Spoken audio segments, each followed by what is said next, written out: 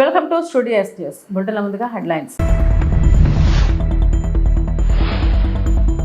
చీనా railway వంతెనను ప్రారంభిస్తున్న ప్రధాని Narendra Modi.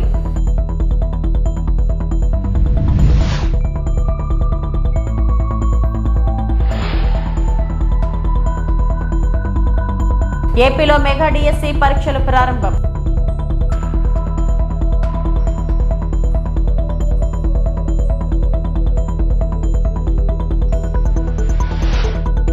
DSC పరీక్ష రాసే అభ్యర్థులందరికీ ఆల్ ది బెస్ట్ చెప్పిన రామ్మోహన్ నాయుడు కింజరాపు.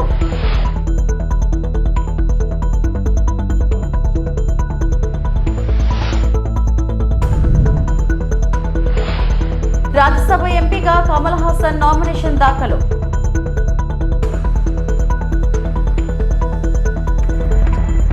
ప్రపంచంలోనే అత్యంత ఎత్తైన రైల్వే ఆర్చ్ వంతెన అయిన చీనా వంతెనను ప్రధాని మోడీ ప్రారంభించారు. జమ్మూ కాశ్మీర్ ముఖ్యమంత్రి ఓమర్ అబ్దుల్లాతో కలిసి మోడీ వంతెన రిబ్బన్ను కట్ చేశారు. తర్వాత మోడీ వంతెనపై త్రివర్ణ పతాకాన్ని ఊపుతూ దేశభక్తిని ప్రదర్శించారు. పహల్గామ్ ఉగ్రవాద దాడి తర్వాత ప్రధాని మోడీ తొలిసారిగా కాశ్మీర్ను సందర్శించారు. देख रहे हैं कि यहाँ प्रधानमंत्री नरेंद्र मोदी अब कट चुके हैं और यहाँ भी ये जो पुल है इसकी खासियत की अगर बात की जाए तो ये पुल भी करीब 213 किलोमीटर प्रति घंटे की रफ्तार से अगर जो हवाएं चलती हैं उनको सहने के लिए भी सक्षम है. इस तरह के सेंसर जो हैं जो इसकी जानकारी देंगे तो 213 किलोमीटर तक अगर हवाओं की रफ्तार है तब भी कोई फिक्र की बात यहाँ पर नहीं है. और उसके साथ साथ तेज तीव्रता का अगर भूकंप आता है तो उसका सामना करने के लिए भी जो अंजी पुल है, अंजी ब्रिज है, वो पूरी तरीके से तैयार है. आधुनिक क्षमता जो है वो आप देख सकते हैं किस तरीके से इसको तैयार किया गया है. अलग अलग पहलुओं का ध्यान दिया गया और जैसा कि लगातार हमारे साथ जो खास मेहमान उन्होंने बताया कि हर कदम के बाद लगातार जांच की जा रही थी, हर एक पहलू की जांच की गई और उसके जो परिणाम हैं वो आज हम सब के सामने हैं. तस्वीरें आप देख रहे हैं अंजी खड्ड पुल की, वहाँ पर जहाँ पर पहला केबल स्टैंड रेलवे पुल बनाया गया, उद्घाटन हो चुका है.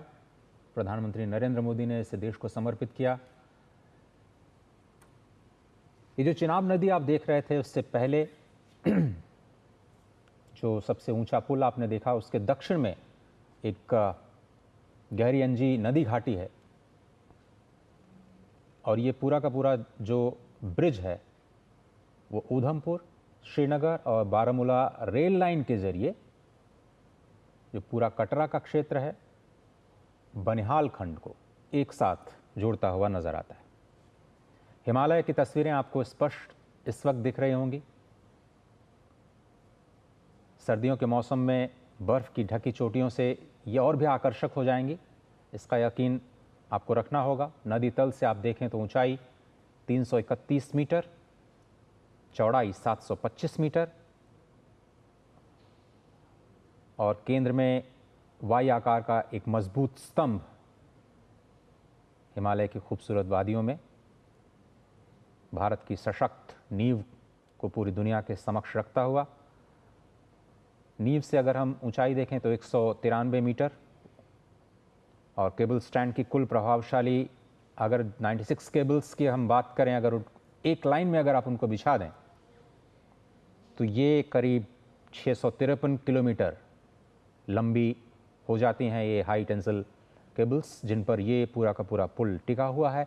और सबसे बड़ी बात, सबसे महत्वपूर्ण बात ये कि इसे सिर्फ और सिर्फ 11 महीनों में ही पूरा किया गया. तो आज ఎన్నికల ముందు ఎన్డీఏ కూటమి ఇచ్చిన హామీ మేరకు 16,347 ఉపాధ్యాయ పోస్టుల భర్తీకి సంబంధించిన మెగా డిఎస్సి నోటిఫికేషన్ ప్రక్రియ అధికారికంగా ప్రారంభమైంది. ఈ రోజు రాష్ట్ర వ్యాప్తంగా డిఎస్సి పరీక్షలు ప్రారంభమయ్యాయి. గౌరవనీయ ముఖ్యమంత్రి నారా చంద్రబాబు నాయుడు ముఖ్యమంత్రి అయిన వెంటనే సంతకం చేసిన తొలి ఫైల్ ఇదే కావడం గర్వకారణం. ఇది యువత భవిష్యత్తుపై ఆయనకు ఉన్న నిబద్ధతను ప్రతిబింబిస్తుంది. పరీక్షా ప్రక్రియను పారదర్శకంగా, వేగంగా, సమర్థవంతంగా నిర్వహించేందుకు అహర్నిశలు శ్రమించిన నారా లోకేష్ కి హృదయపూర్వక కృతజ్ఞతలు. పరీక్ష రాసే అభ్యర్థులందరికీ ముందుగా ఆల్ ది బెస్ట్ చెప్పిన రామ్మోహన్ నాయుడు కింజరపు. అందరికీ నమస్కారం. రాష్ట్ర వ్యాప్తంగా నేటి నుండి డిఎస్సి పరీక్షలు రాస్తున్న అభ్యర్థులందరికీ ముందుగా ఆల్ ద బెస్ట్. ఒక టీచర్ అంటే సమాజం ఎంతో గౌరవిస్తుంది, అలాగే సమాజ నిర్మాణంలో కూడా వారి పాత్ర ఎంతో ముఖ్యమైనది. అందుకని యువత కూడా డిఎస్సి పరీక్ష ద్వారా టీచర్లు అవ్వాలని పట్టుదలతో కృషి చేస్తారు. కానీ గత ప్రభుత్వ కాలంలో మెగా డిఎస్సి నిర్వహిస్తామని యువతను నమ్మించి మాయమాటలు చెప్పి ఒక్క డిఎస్సి పరీక్ష కూడా నిర్వహించకుండా 5 సంవత్సరాలు యువత విలువైన సమయాన్ని వృధా చేసి వాళ్ళ భవిష్యత్తుని పూర్తిగా ప్రశ్నార్థకరంగా మార్చారు. అదే సమయంలో మేము ప్రతిపక్షంలో ఉన్నప్పుడు నారా లోకేష్ అన్న సారథ్యంలో జరిగిన యువగలం ద్వారా డిఎస్సి అభ్యర్థుల తాలూకా సమస్యలు తెలుసుకొని వాళ్ళకు అండగా నిలబడి వాళ్ళ తరపున పోరాటం చేశాం. ఎన్నికల హామీగా చంద్రబాబు నాయుడు గారు మెగా డిఎస్సి నిర్వహిస్తామని ఆనాడు వాగ్దానం కూడా చేశారు. ఎందుకంటే చంద్రబాబు నాయుడు గారు రాష్ట్రం అభివృద్ధి చెందాలనంటే విద్యా వ్యవస్థ బలంగా ఉండాలని నమ్మే వ్యక్తి. అందుకే ఆయనకి డిఎస్సి యొక్క ప్రాధాన్యత కూడా తెలుసు. చరిత్ర చూసుకుంటే రాష్ట్రంలో 16 డిఎస్సి పరీక్షలు జరిగితే అందులో 12 తెలుగుదేశం పార్టీ హయాంలోనే జరిగాయి. అందులో 9 సార్లు చంద్రబాబు నాయుడు గారు స్వయంగా ముఖ్యమంత్రిగా ఉన్నప్పుడే జరిగాయి. ఇంక్లూడింగ్ 2018లో జరిగిన లాస్ట్ డిఎస్సి కూడా ఆయన హయాంలో జరిగింది. మీ యొక్క సపోర్ట్తో, కోట్లాది మంది ప్రజల తాలూకా ఆశీస్సులతో కూటమి ప్రభుత్వం అధికారంలోకి వచ్చిన తర్వాత ఇచ్చిన మాట నిలబెట్టుకునే విధంగా చంద్రబాబు నాయుడు గారు 16,347 పోస్టులతో మెగా డిఎస్సి నోటిఫికేషన్ పైన మొట్టమొదటి సంతకం పెట్టారు.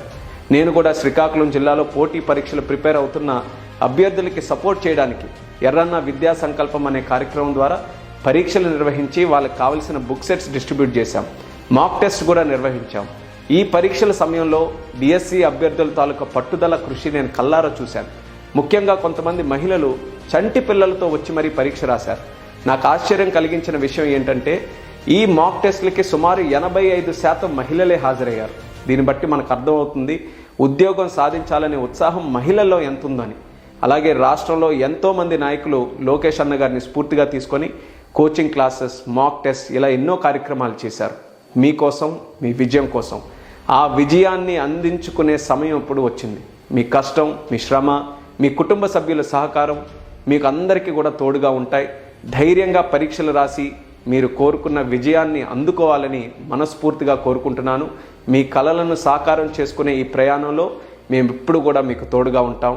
Once again I wish you all the best.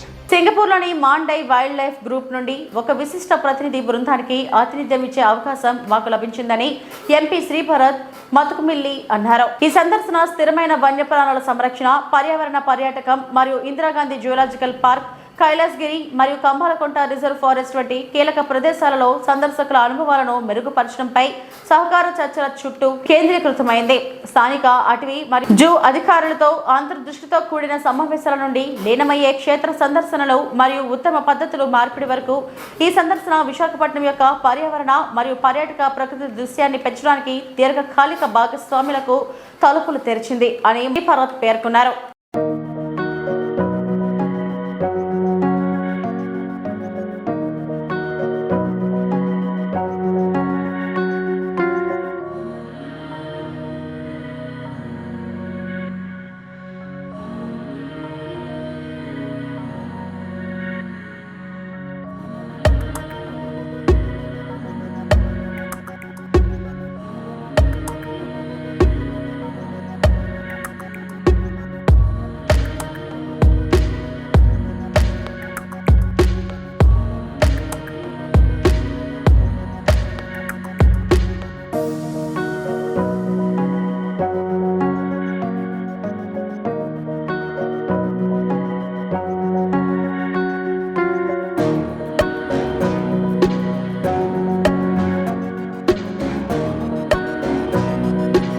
June 19న Tamil Nadu నుండి 6 రాజ్యసభ స్థానాలు ఖాళీ కానున్నాయి. డిఎంకే, ఏఐఏడీఎంకే మిత్రపక్షాలు నామినేషన్లు దాఖలు చేయడంతో రాజకీయ కార్యకలాపాలు ఊపందుకున్నాయి. డిఎంకే విల్సన్, సల్మా శివలింగలను బరిలోకి దింపగా ఎంఎన్ఎం కమల్ హాసన్ కూటమిలో భాగంగా బరిలోకి దిగుతున్నారు. ఏఐఏడీఎంకే ఇనుపుతురై ధన్పాల్ నామినేషన్లు దాఖలు చేసింది.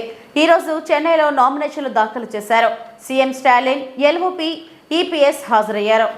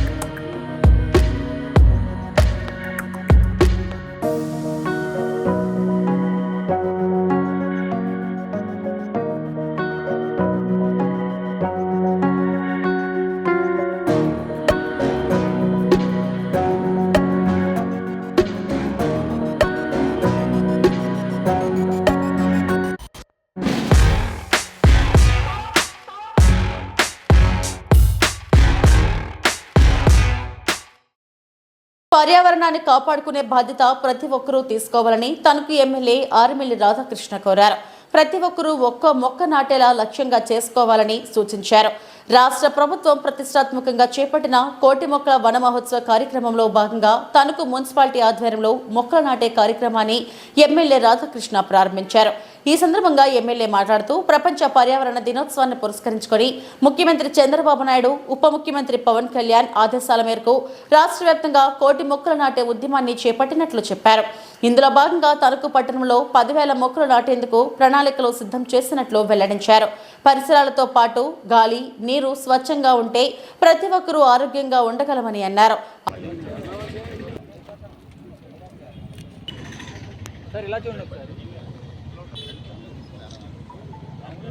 పర్యావరణాన్ని కాపాడుదాం, పర్యావరణాన్ని కాపాడుదాం, మొక్కలను నాటుదాం,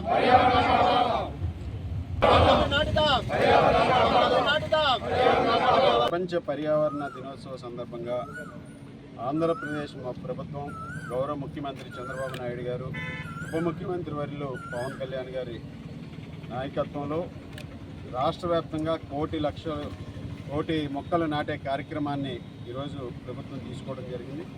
అందులో భాగంగా మన తణుకు పట్టణంలో 10,000 మొక్కలు నాటడానికి ఈరోజు ప్రారంభం చేయడం జరిగింది. ముఖ్యంగా ప్రతి ఒక్కరూ కూడా పర్యావరణాన్ని కాపాడాల్సినటువంటి అవసరం ఉంది. ఈరోజు మన పరిసరాలు, అదేవిధంగా గాలి, నీరు అన్నీ కూడా స్వచ్ఛంగా ఉంటే మనందరం కూడా ఆరోగ్యంగా ఉంటాం. ఈరోజు ఆరోగ్య ఆంధ్రప్రదేశ్ నిర్మించాలనేదే ముఖ్యమంత్రి చంద్రబాబు నాయుడు గారి యొక్క సంకల్పం. అందులో భాగంగా అత్యధికంగా మొక్కలు నాటి పర్యావరణాన్ని కాపాడే విధంగా ప్రతి ఒక్కరికి కూడా ఈరోజు ఒక మొక్క మనందరం కూడా పెంచితే అది మన కుటుంబాన్ని రక్షిస్తుందనేది మనందరూ వాస్తవాన్ని గ్రహించాల్సినటువంటి అవసరం ఉంది. ఆ విధంగా ప్రతి ఒక్కరూ కూడా మొక్కలు నాటి మన ఇంట్లో కానీ పెరట్లో కానీ ఎక్కడ అవకాశం ఉంటే అక్కడ ప్రతి ఒక్కరూ ఒక మొక్కని నాటి మన నియోజకవర్గాన్ని కూడా ఈరోజు తణుకు గ్రీన్ తణుకుగా ఏదైతే ఉందో దాన్ని సాధించే విధంగా ప్రతి ఒక్కరూ కూడా ఇందులో భాగస్వాములై మొక్కలు నాటే కార్యక్రమాన్ని పెద్ద ఎత్తున ప్రతి ఒక్కరూ కూడా ఈరోజు పాల్గొని అందరూ కూడా మొక్కలు నాటాలని. చంద్రబాబు ఒక మ్యానిపులేటర్, వైఎస్ జగన్ అత్యంత ప్రజాదరణ కలిగిన నాయకుడు. రాజశేఖర రెడ్డి, ఎన్టీ రామారావు లాగా ప్రజలతో నేరుగా సంబంధం ఉన్న ప్రజానేత. జగన్ ని అరెస్టు చేస్తామంటూ లీకులు ఇస్తున్నారు. కూటమి ప్రభుత్వం అనుకున్నా జగన్ ను అరెస్టు చేయలేరు. ఆంబటి రాంబాబు, గుంటూరు జిల్లా వైఎస్ఆర్సీపీ అధ్యక్షులు. ఉన్నప్పుడు ఆయన సీఎంఓలో పనిచేసినటువంటి 2 అధికారులని నువ్వు అరెస్ట్ చేశావు. అంతేకాదు, సీతారామాంజనేయులు గారు ఇంటెలిజెన్స్ చీఫ్ నువ్వు అరెస్ట్ చేశావు. రఘురామకృష్ణరాజు పెట్టిన కేసులో A1గా జగన్మోహన్ రెడ్డి గారిని ముద్దాయిగా పెట్టారు. అరెస్ట్ చేస్తావా, అరెస్ట్ చేయవా, వి విల్ సీ లేటర్. నువ్వు అరెస్ట్ చేయాలి అనుకున్నా కూడా సాధ్యం కానిటువంటి పరిస్థితులు వస్తాయి. జగన్మోహన్ రెడ్డి గారు ఈ రాష్ట్రంలో మరి మాట్లాడితే ఈ దేశంలో అత్యంత ప్రజాదరణ కలిగినటువంటి mass leader. Direct connection with public. Is not a manipulator. Direct connection with public. Like Indira Gandhi, like Rajasekhara Reddy, like NT Rama Rao. Leader and voter మధ్యన కనెక్షన్, డైరెక్ట్ కనెక్షన్ ఉన్నటువంటి నాయకుడు.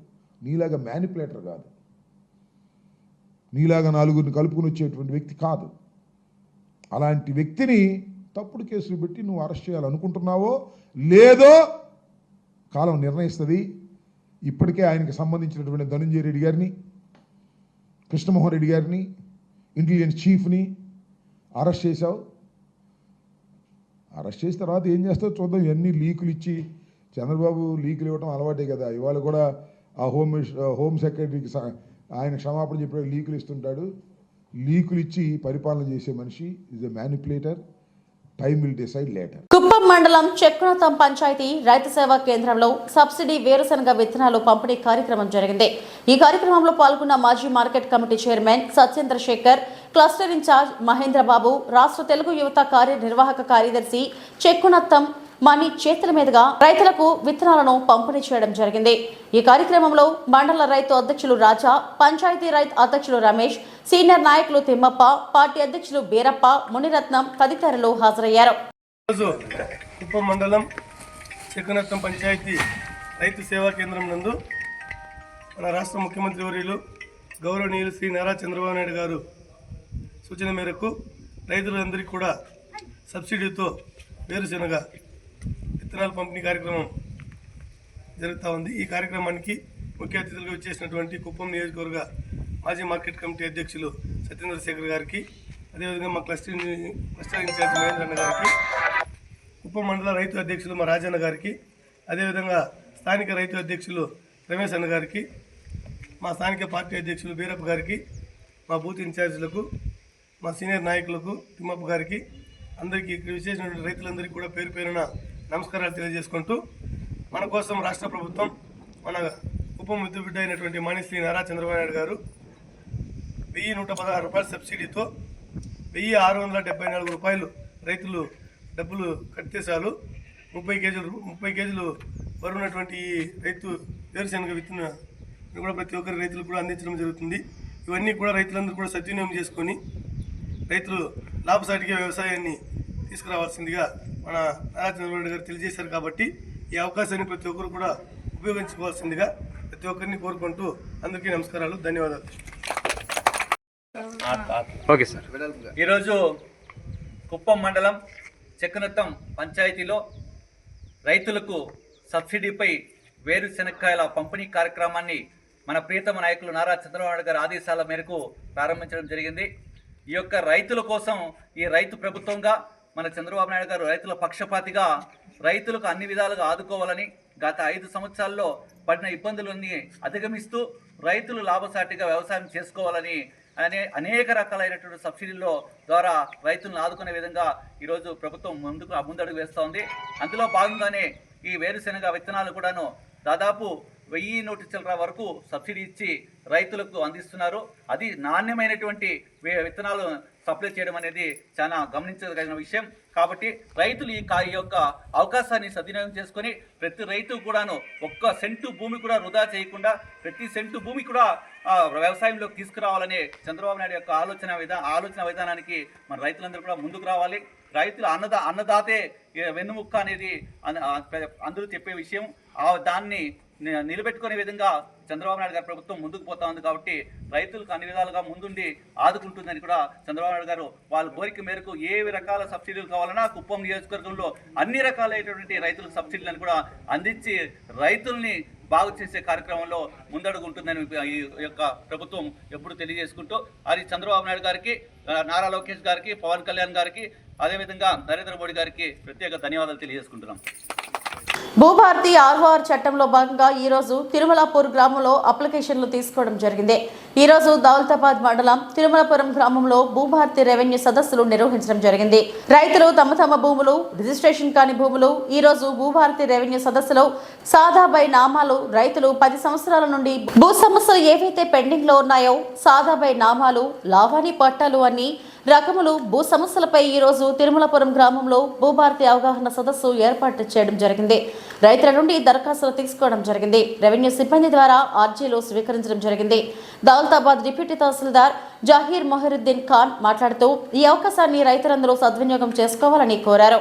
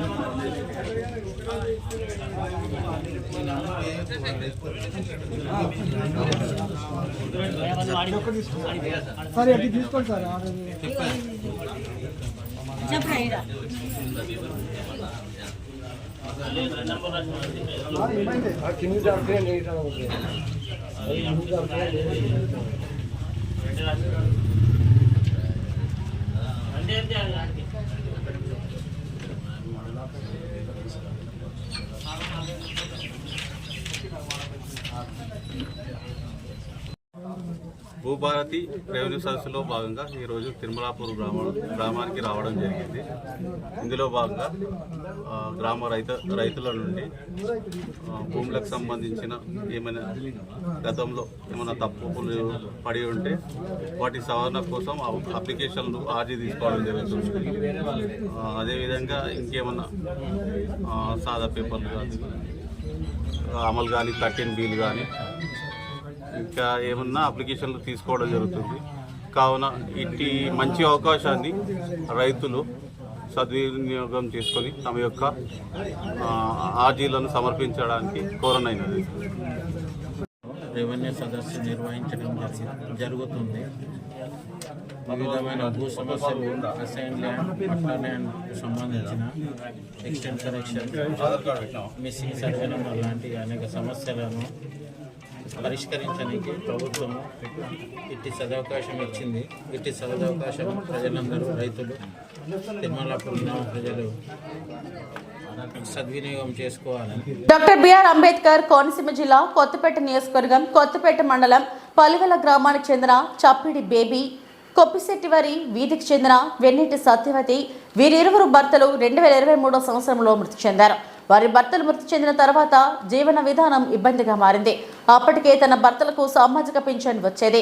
అనంతరం రావాల్సిన పింఛన్ తమకు వస్తుందని ఎన్నో ఆశలతో ఎదురు చూపులు చూశామని, కానీ మా ఆశలు అడియాసలుగా మిగిలిపోయాయని, గత ప్రభుత్వంలో అధికారులు, స్థానిక నాయకులు నిర్లక్ష్యం వలన, వివక్షత చూపడం వలన పింఛన్ రాకుండా పోయిందని, సరేలే అనుకొని ఇక కొత్తగా కూటమి ప్రభుత్వం వచ్చిందని ఆశపడితే, ఈ ప్రభుత్వంపై నమ్మకం పెట్టుకుంటే ఈ ప్రభుత్వం కూడా ఆశలపై నీళ్లు చల్లిందని, తమకు జరిగిన అన్యాయాన్ని మీడియా ద్వారా తెలుపుకుంటామని కన్నీరు ముర్రుగా వినిపించారు. ఈ ఘటనపై స్పందించిన నేను సైతం అవినీతిపై పోరాటానికి సిద్ధం టీం కె విష్ణుమూర్తి మాట్లాడుతూ, ఇన్ని సంవత్సరాల నుండి ఆర్థిక ఇబ్బందులు పడుతూ ఉంటే ఆ ఒంటరి మహిళలకు భరోసా ఇదేనా అని విష్ణుమూర్తి ప్రభుత్వాన్ని ప్రశ్నించారు. ఇది మంచి ప్రభుత్వం అని, మంచే చేస్తుందని ప్రజలు అనుకుంటే ఈ ప్రభుత్వం కూడా గత ప్రభుత్వం దారిలోనే పయనిస్తుందని, భర్తలు కోల్పోయిన భార్యలకు కాకుండా ఏదో ప్రత్యేక తేదీలు పెట్టి వారికి మాత్రమే అని చెప్పి నిర్లక్ష్యం చేయడంపై ఆ ఒంటరి మహిళలు కన్నీరు పెట్టుకుంటున్నారని, వారు కన్నీళ్లు ఈ కూటమి ప్రభుత్వానికి తగలకుండా చూసుకోవాలని, ఇలాంటి ఒంటరి మహిళలు ఎంతో మంది ఉన్నారని, ఇన్ని సంవత్సరాల నుండి ఆర్థిక ఇబ్బందులు పడుతూ ఉంటే ఆ ఒంటరి మహిళలకు ఇదే నా భరోసా అని విష్ణుమూర్తి ప్రశ్నించారు. ఇకనైనా అధికారులు, నాయకులు స్పందించి వారికి వెంటనే పెన్షన్లు ఇప్పించవలసిందిగా కోరారు.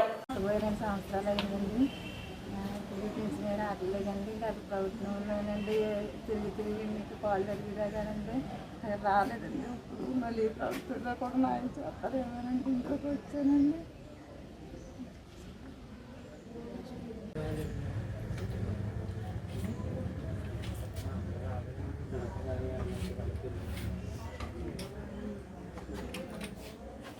మాజీ సీఎం జగన్ తెనాలి పర్యటనపై aquacultural development authority chairman Anam Venkata Ramanareddy ఘాటుగా విమర్శించారు.